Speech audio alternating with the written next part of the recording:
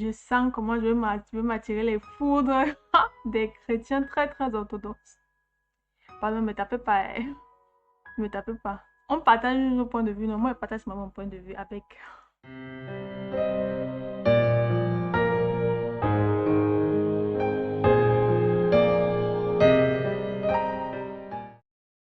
Salut à tous et bienvenue pour cette nouvelle vidéo avec moi.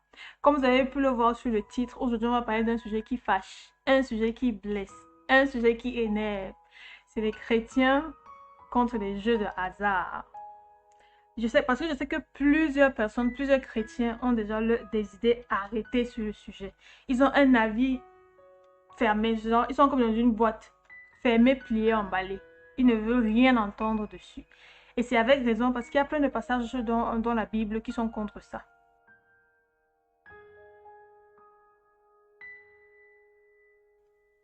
Mais en même temps, dans la Bible, dans l'Ancien Testament, il y a plein d'autres passages aussi où c'est utilisé à des fins divines, où le Seigneur utilise le hasard pour pouvoir manifester sa présence et sa puissance. Je ne sais pas si vous voyez ce que je veux dire.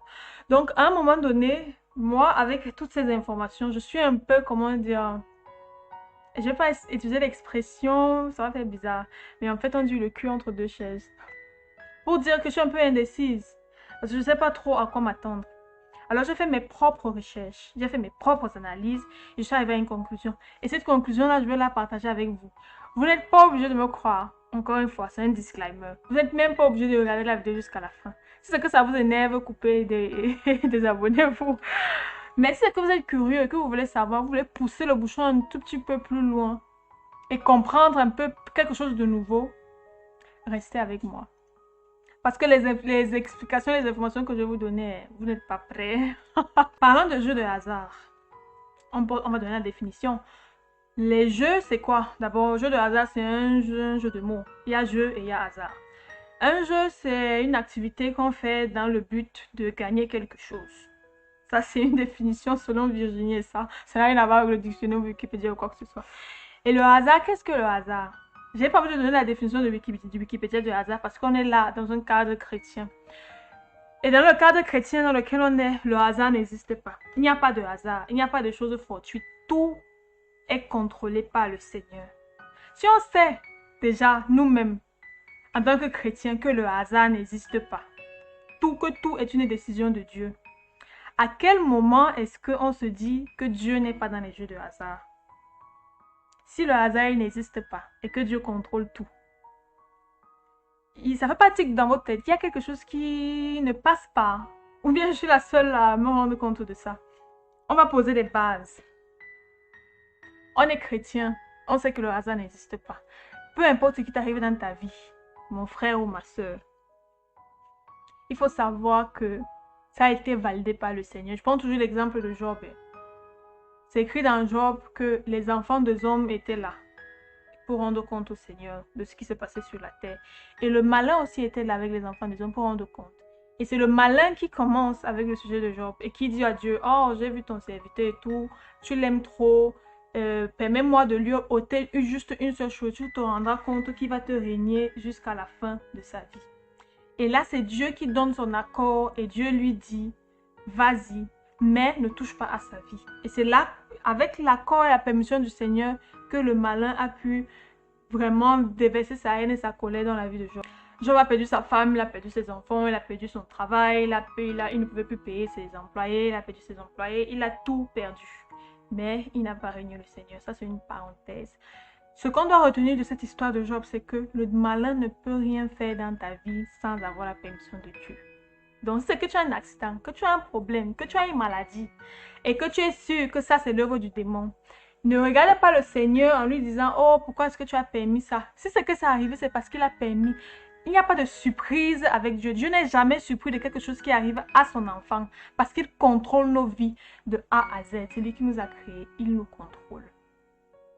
Donc, on connaît déjà ça, qu'il n'y a pas de hasard et que même ce qui arrive du malin a été validé par le Seigneur. Ça veut dire que tout ce qui se passe sur la terre a été validée par le Seigneur. Et maintenant, vous allez me dire, oui, on a le libre arbitre, on peut choisir de faire ce qu'on veut faire.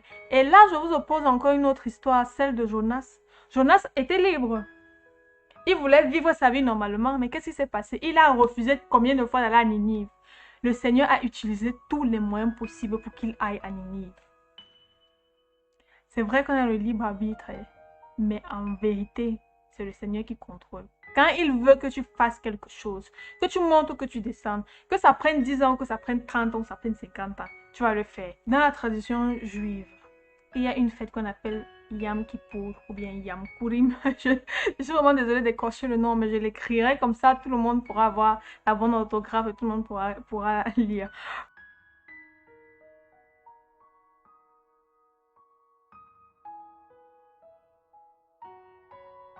Et nous, en tant que chrétiens, on est issus de la tradition juive. Notre Bible qu'on a aujourd'hui, il y a beaucoup de textes qui sont issus de la Torah. Certaines de nos fêtes, il y a beaucoup de fêtes qui sont issues de la Torah. Certaines même de nos, je sais pas, ce qu'on fait en tant que chrétiens, comme se rassembler et lire la parole de Dieu, échanger, avoir la communion fraternelle, ça vient de la religion juive. Parce que si vous vous rappelez dans la Bible, les Juifs se réunissaient au temple le jour du sabbat, pour lire la parole de Dieu et méditer et partager ensemble. Et c'est exactement ce que nous on fait le chrétien le dimanche. C'est la même chose. Donc, la religion chrétienne a ses racines dans la religion juive. Ça, c'est une chose. Et maintenant, dans la religion juive, il y a une fête, comme je le disais tantôt, qui s'appelle Yom Kippour et c'est la fête des sorts. La fête des sorts, c'était quoi, en fait, pour les Juifs? C'était quand on se réunissait et on mettait les noms de personnes dans la communauté et on tirait au sort. Et la personne qui était désignée par le sort avait une tâche spéciale dans la communauté. Et cette fête des sorts-là, en fait, pour les Juifs, ce n'est pas fortuite. Pour les Juifs, ce n'est pas le hasard. Ils savent que tout ce qui sort de là est une décision divine. Donc, on va mettre les noms de tout le monde, on va mélanger. Que bon, on a besoin d'une personne pour affecter à telle tâche. On a besoin d'une personne pour faire ceci ou cela. On va mélanger le nom de tout le monde. Le nom qui va sortir là, les Juifs savent 100% que c'est la volonté de Dieu. Il n'y a pas de hasard. Donc, du coup, et même dans la Bible, en fait, il y a eu plusieurs fois le Seigneur a utilisé le sort. Je dis le mot sort pour ne pas dire hasard, parce que le hasard n'existe pas. Plusieurs fois dans la Bible, Dieu a utilisé le sort pour manifester sa volonté. L'exemple que j'ai là sous le bout de la langue, c'est celui de Zacharie. Zacharie qui est le père de Jean-Baptiste. Zacharie a été désigné par le sort pour entrer dans le temple et faire le sacrifice, le saint sacrifice au Seigneur. Et c'est pendant qu'il était dans le temple tout seul que l'ange du Seigneur lui apparaît et l'ange du Seigneur lui dit: tu as été exaucé, le Seigneur a entendu ta prière, tes supplications. Ta femme mettra au monde un fils. Il sera grand et fort et tout ce que vous savez. Le Seigneur a fait en sorte que ce soit le nom de Zacharie qui sorte des sorts parce que le Seigneur avait un message pour lui. Ça aurait pu être n'importe qui, mais le Seigneur a voulu que ce soit Zacharie. Pour vous dire qu'il n'y a rien qui n'échappe au contrôle de Dieu. Absolument rien sur cette terre. Donc, si le Seigneur est capable d'utiliser le sort et le hasard pour asseoir sa volonté, pour manifester sa puissance, pour mettre en place son plan dans nos vies, à quel moment est-ce que nous, les chrétiens, nous décrétons que Dieu n'est pas dans les jeux de hasard? Vous ne voyez pas que vous limitez le pouvoir de notre Seigneur. Ça, c'est la chose à ne pas faire. Il ne faut pas limiter le champ d'action de Dieu. Il ne faut pas limiter les pouvoirs de Dieu. Il ne faut surtout pas le faire. Parce que quand tu limites les pouvoirs de Dieu, tu te limites toi-même. Dieu est omnipotent, omniscient, omniprésent. Il contrôle tout. C'est comme un chef d'entreprise qui a des tentacules partout. Tous les différents services de son entreprise, il sait. Il a des employés qui travaillent. Les employés, ce sont les anges qui travaillent pour lui. Mais chaque ange lui rend compte. Et il n'y a aucune décision dans la vie de quelqu'un qui ne va être prise sans que le Seigneur l'accepte. Imaginez un enfant, par exemple, qui se fait tuer. Il a 2 ans, il a 3 ans.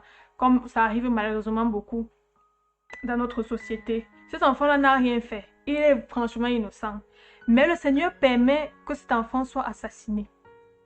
Vous pensez que c'est par méchanceté que le Seigneur le fait? Non, c'est pour manifester sa puissance. Et nous, à notre niveau, on ne peut pas comprendre parce qu'on est limité par notre sagesse. C'est écrit encore dans la Bible que la sagesse des hommes est folie de Dieu et la sagesse de Dieu est folie pour les hommes. Ne nous mettons pas au même niveau que le Seigneur. Ce qui est bien pour toi dans ta tête d'humain, c'est la folie de Dieu. Pour Dieu, c'est de la folie. Et ce qui est bien pour Dieu, pour toi, je dis toi pour ne pas dire moi, c'est carrément de la folie. Ne nous mettons pas au même niveau. N'essayons pas de mettre notre compréhension des choses et de la vie au niveau de Dieu. Que non, je trouve que ça, ce n'est pas bien, Dieu est contre ça. Je suis franchement désolée. Il n'y a rien de mauvais dans les jeux de hasard. Parce que c'est écrit dans la Bible que rien ne nous est interdit, rien ne nous est défendu. Mais ce n'est pas toute chose qui nous sanctifie. C'est ça qu'il faut comprendre. Ce n'est pas tout qui nous sanctifie. Mais rien ne nous est défendu. On peut sanctifier tout. Mais c'est l'exagération, c'est l'excès. C'est les fruits de ça, de ce qu'on va faire maintenant qui va faire en sorte que on voit si vraiment ça nous sanctifiait ou pas. Prenons un exemple de quelqu'un qui franchement est obsédé par les jeux de hasard, qui mise pratiquement tout, qui se ruine même totalement pour pouvoir assouvir son désir constant d'aller miser, que ce soit le pari-foot ou le PMUC ou bien le loto tout simplement. Qui n'arrive plus à nourrir sa famille, qui n'arrive plus je sais pas, à payer ses dettes, qui n'arrive même plus à payer son loyer, qui n'arrive même pas lui-même plus à manger, à prendre soin de lui. Là, c'est là où tu tombes dans le péché. C'est ce qui vient après qui est le péché. L'action de jouer à des jeux de hasard lui-même n'est pas un péché. Je sais qu'on vous a dit beaucoup de choses par rapport à ça. Moi, je vous dis, c'est la conclusion que j'ai eue après mes différentes recherches et tout. Il n'y a rien de mauvais dans les jeux de hasard. Le problème, c'est quand tu en fais de ça le plus important de ta vie. Quand ça devient une sorte d'obsession au point où tu sacrifies tout pour ça. Là, tu deviens idolâtre. Et c'est ça, c'est là où il y a le piège en fait. De temps en temps, jouer au pari foot. De temps en temps, valider un ticket de PMUC. Ou de temps en temps, jouer au loto. Il n'y a pas de péché dans ça. Et ne me dites pas qu'il n'y a pas Dieu dedans parce que Dieu est omniprésent, omniscient, omnipotent et Dieu utilise tout ce qui est sur la terre pour son bien. Je vais prendre un autre exemple que je connais.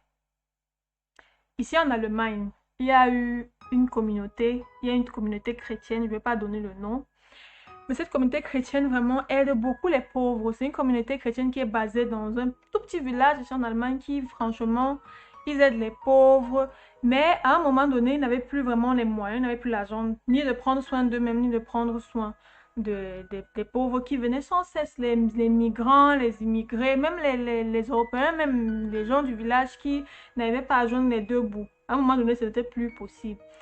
Et du coup, ils ne savaient plus comment faire pour sortir de la situation. Ils avaient vraiment besoin d'argent.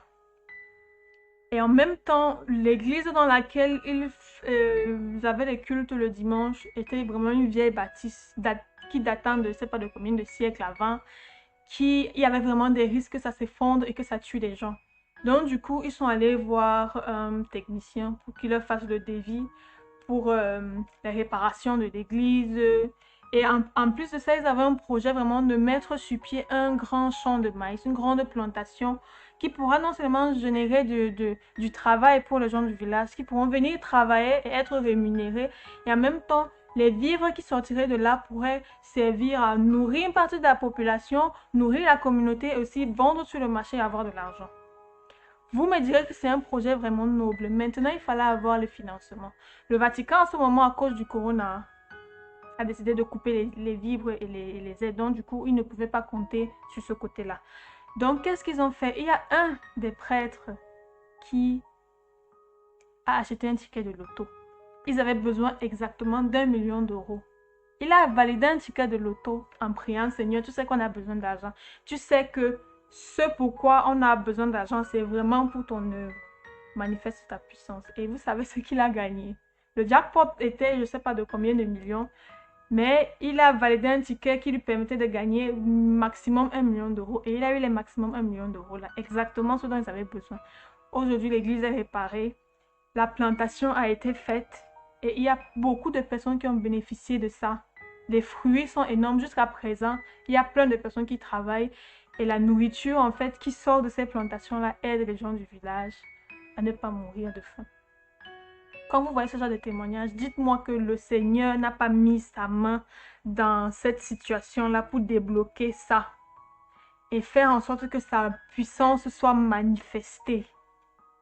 Dites-moi ça. Moi, je ne vais pas vous croire. Le Seigneur utilise toutes choses pour son bien. On dit tout concourt au bien. Tout ce que ce Seigneur fait est bien. Ne me dites pas que Dieu n'est pas dans les jeux de hasard. Moi, je ne vous croirai pas. Parce que de un, le hasard n'existe pas. Et de deux, le Seigneur, vraiment, comment dire, il contrôle tout ce qui arrive, tout ce qui nous arrive. Maintenant, il y a les gens qui souffrent de vanité. Tu vas voir quelqu'un, il a une vie vraiment du genre, il pouvait se contenter de ce qu'il avait. Le Seigneur lui a donné un travail, le Seigneur lui a donné une famille, il a de l'argent, il n'est pas riche. Mais il arrive à manger, ses enfants vont à l'école, il n'a pas de problème grave. Même s'il est malade, il peut se soigner. Même si les enfants sont malades, ils peuvent se soigner. Mais l'appât du gain, l'avarice le ronge au point où il va aller miser tout son argent pour pouvoir gagner les millions et être millionnaire et le bling bling. Vraiment faire état de toute la vanité qu'il y a dans son cœur. Là, c'est dangereux. Là, vraiment, c'est dangereux. Tu vas prier 30 millions de fois. Ça ne va jamais t'exaucer. Parce que tu as dans ton cœur de la vanité. Et parce que c'est l'avarice et l'appât du gain qui te motivent. Mais il y a des gens qui, franchement, n'ont rien. Il y a des gens qui, franchement, souffrent. Qui ont vraiment besoin d'aide. Et que leur situation a été débloquée comme ça. Parce qu'ils ont validé un ticket de Paris Foot. Moi, je connais des gens qui nourrissent leur famille quotidiennement parce que le salaire qu'ils ont ne leur suffit pas. Mais de temps en temps, ils ont un petit salaire, un petit argent de Paris Foot. Ça les aide, ça aide la famille. Dites-moi que le Seigneur n'est pas là-dedans. J'écoute. Moi, je ne vous croirai pas. On a déjà tellement diabolisé les jeux de hasard en disant que c'est le démon et tout.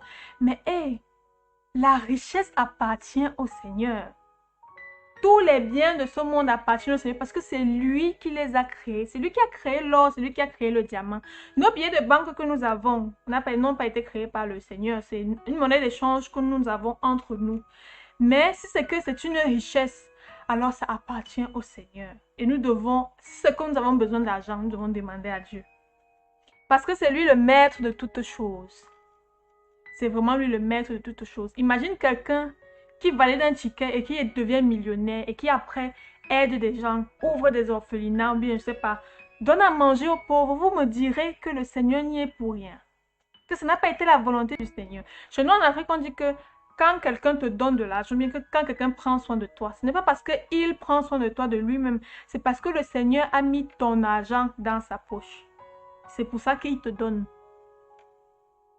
Vous allez me dire que le Seigneur n'est pas là-dedans. Moi, je ne vous croirai pas. Mais attention, il faut qu'on soit clair. Je ne suis pas en train de vous dire d'aller jouer à des jeux de hasard. Je ne suis pas en train de vous dire de miser tout ce que vous avez. Il faut qu'on soit vraiment clair là-dessus. Ce n'est pas ce que je suis en train de vous dire.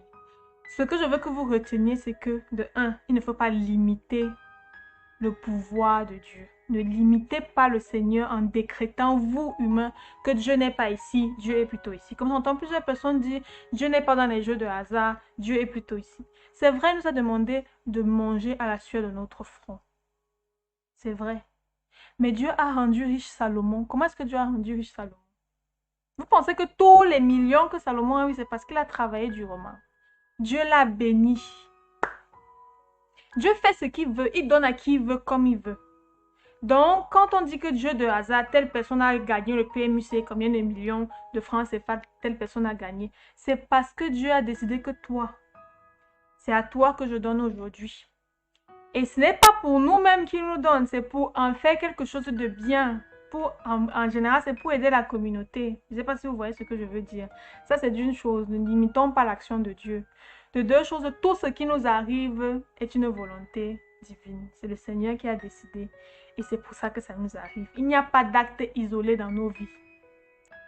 Dieu est partout, au point où il y a des gens que je connais qui ont des visions, des songes sur des résultats, sur, je sais pas, le pari foot, le loto, le PMU. Il y a des gens vraiment qui, pendant la nuit, sont visités par les anges qui leur donnent, je sais pas, des résultats. Pour arriver à ce niveau, il faut vraiment avoir une spiritualité vraiment grande. Il faut avoir une connexion avec le Seigneur, vraiment. Genre, moi, j'ai pas encore atteint ce niveau-là. Mais il y a des gens qui ont les résultats pendant la nuit. Et vous allez me dire que c'est pas le Seigneur. Et le matin, ça se passe exactement comme ils ont vu dans la nuit, dans les songes. Vous me direz que ce n'est pas le Seigneur. Moi, je ne vous croirai pas. Parce que la plupart du temps, quand c'est le Seigneur qui te donne, ça se voit sur les fruits. Maintenant, il y a des gens qui détournent un peu ça. Des gens qui, on va dire, qui forcent leur chance. Qui vont voir les devins, les charlatans, bien qui font des pactes parce qu'ils veulent avoir le gain facilement par le loto. On va dire ça comme ça. Mais en général, ces personnes-là, les fruits qu'ils ont de leur gain, on est surpris en fait. Vous vous rendez compte, je regardais un documentaire dernièrement. C'est les millionnaires du loto qui, un an après, étaient ruinés. Quelqu'un a gagné, genre, on va dire, 10 millions d'euros ou bien 20 millions d'euros. Un an après, même 1 euro, il n'a plus. Pourquoi? Là, tu comprends que cette bénédiction-là ne venait pas du Seigneur, mais de quelqu'un d'autre. Je ne vais pas citer le nom. Quand ça vient de Dieu, ça se voit aux fruits. Et c'est là pour rester. Et ça fait du bien au plus grand nombre. Mais quand ça ne vient pas de Dieu, ça se termine comme ça. Un an après, quelqu'un qui était millionnaire, même 5 francs, il n'a plus. Ce sont les gens qui forcent leur chance. Il faut laisser le Seigneur être le maître de notre vie. Il faut écouter ce qu'on ressent à l'intérieur de nous. Ce que tu ressens à l'intérieur de toi, que si c'est que tu joues au loto, tu peux gagner. C'est, par exemple, tu as un projet qui n'est pas seulement égocentrique, bien égoïste, centré sur toi-même. Mais peut-être, je sais pas, tu veux ouvrir un orphelinat, ou bien tu veux aider, ou bien tu veux ouvrir un hôpital, ou bien une école pour enfants handicapés. C'est pas ce genre de projet-là. Pour t'occuper des plus faibles de la société, et tu as vraiment besoin d'un financement. Et tu ressens à l'intérieur de toi qu'il faut que tu fasses ça. Mets-toi en prière, demande au Seigneur comment est-ce que ce sera possible que ça se réalise. Au moment venu, le Seigneur va faire en sorte que ça se réalise. Même si ce n'est pas par les jeux de hasard, même si c'est quelqu'un qui va te faire un don, ou bien tu vas trouver un travail et tu auras de l'argent pour le faire. Mets-toi en prière parce que la réponse en général ne se fera pas attendre. Le Seigneur est fidèle et il est là pour nous donner des réponses, peu importe les questions qu'on se pose. N'essayez pas de forcer les choses. C'est pas parce que j'ai dit que les jeux de hasard ne sont pas mauvais que maintenant vous allez aller jouer frénétiquement. Vous allez tomber dans ce qu'on appelle, comment dire, l'obsession. Et ça, c'est un grand mal qui ronge de l'intérieur parce que c'est tellement plein de vanité et d'égoïsme et d'égocentrisme qu'à un moment donné, vous allez vous rendre compte que vous êtes en train de vous ruiner, vous êtes en train de courir derrière quelque chose qui ne va jamais se réaliser. Il faut être reconnaissant de ce qu'on a. Voilà les garde-fous que je mets avec ceux qui jouent les jeux de hasard. Il faut être d'abord de un reconnaissant de ce qu'on a. De deux, il ne faut pas chercher à avoir, c'est pas, un gain pour soi-même, s'enrichir dans le but de s'enrichir juste pour soi-même, pour pouvoir s'acheter la dernière voiture, bien pour pouvoir impressionner ses amis, bien paroter, ou bien acheter des champagnes chers et mettre les gens, le match vu quoi. Il ne faut pas que ce soit fasse partie de votre programme. Ça, c'est de deux. De trois, il ne faut pas forcer les choses, il ne faut pas forcer sa chance. C'est que tu ne ressens pas à l'intérieur de toi que tu dois faire ça parce que tu as un besoin ponctuel, ne le fais pas. Si c'est que c'est juste une passion, que toi tu rêves de jouer au loto et de devenir millionnaire pour pouvoir t'acheter une grosse voiture et tout, ne le fais pas parce que je te dis déjà à 80% des cas, tu ne vas pas gagner. Il y a des gens qui se sont retrouvés, je dis des gens, mais c'est quelqu'un que je connais, qui a perdu son travail, qui n'avait plus d'argent. Genre, sa femme menaçait de partir, les enfants. Sur lui, dans sa poche, il n'avait que 2,50 €. Les 2,50 € là, il a traversé la route, il est allé dans le tabac le plus proche, il a misé 2,50 €. Et le gars a gagné 100 000 €. Avec les 100 000 € là, il a pu monter un autre business. Et aujourd'hui, il s'occupe de sa famille. Il a créé des emplois. Il a sauvé sa famille. Et ses enfants vont à l'école et ils mangent. Dites-moi que ça, ce n'est pas un témoignage du Seigneur. Cette personne-là, le témoignage que je suis en train de vous dire là, se balade tous les jours. Il a même une chaîne YouTube, mais je ne ferai pas sa pub parce que j'ai promis de donner les témoignages en anonyme. Cette personne-là se balade tous les jours avec le nom du Seigneur devant. Merci Seigneur pour ce que tu as fait pour moi. Merci Seigneur parce que j'étais dans la boue et tu m'as pris et tu m'as lavé. Vous allez me dire que ce n'est pas le Seigneur qui l'a aidé. Il n'a pas joué parce qu'il voulait s'acheter la dernière voiture, bien parce qu'il voulait s'enrichir. Il avait besoin d'aide et le Seigneur l'a aidé. Si c'est que toi aussi tu as besoin d'aide, tu es dans une situation critique, essaye. Si c'est que ça ne fonctionne pas, laisse.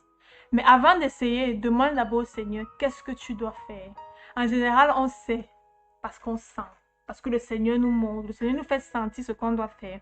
Si en priant, tu ressens que non, même si je joue au loto, même si je joue au PMU, même si je joue au Paris Foot, je ne vais pas gagner parce que le Seigneur ne veut pas. Il ne va pas passer par là. Il va utiliser autre chose pour te relever de la situation dans laquelle tu es. Donc, ce n'est pas le destin de tout le monde d'être millionnaire au loto. Franchement, ce n'est pas le destin de tout le monde. Ça, il faut qu'on soit clair. Comme ce n'est pas le destin de tout le monde d'enseigner ou de prêcher ou d'évangéliser. Ce n'est pas le destin de tout le monde de chanter. Ce n'est pas le destin de tout le monde d'être président. Vous voyez ce que je veux dire. Donc, quand on dit que la chance, moi, je remplace le mot chance, je remplace le mot hasard par volonté et décision divine. Comme je le disais tout à l'heure, je le dis encore.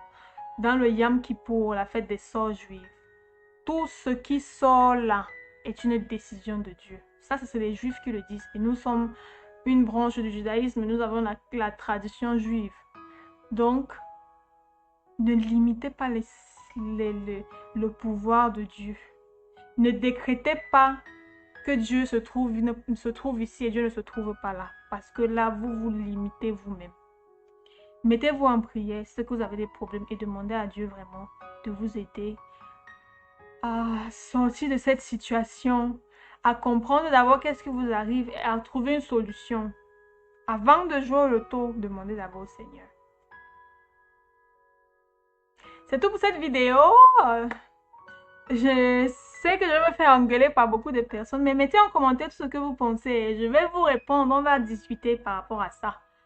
Donc, je ne suis pas en train de vous encourager à aller jouer au loto, mais analysez votre situation et ouvrez bien les yeux sur ce qui, d'abord les opportunités que vous avez avant de décréter que la seule solution que je puisse trouver, c'est en jouant au loto, bien en jouant au Paris Foot ou quoi. Vous avez plein d'opportunités qui sont devant vous. Utilisez-les. Et si c'est que ça ne fonctionne pas, demandez de l'aide à Dieu. En général, il aide, il est là pour nous. C'est que ça vous a plu, mettez un pouce bleu, abonnez-vous, ça fait toujours plaisir et on se revoit prochainement pour une nouvelle vidéo. Je vous fais plein de bisous, je vous aime. Bye bye, ciao ciao.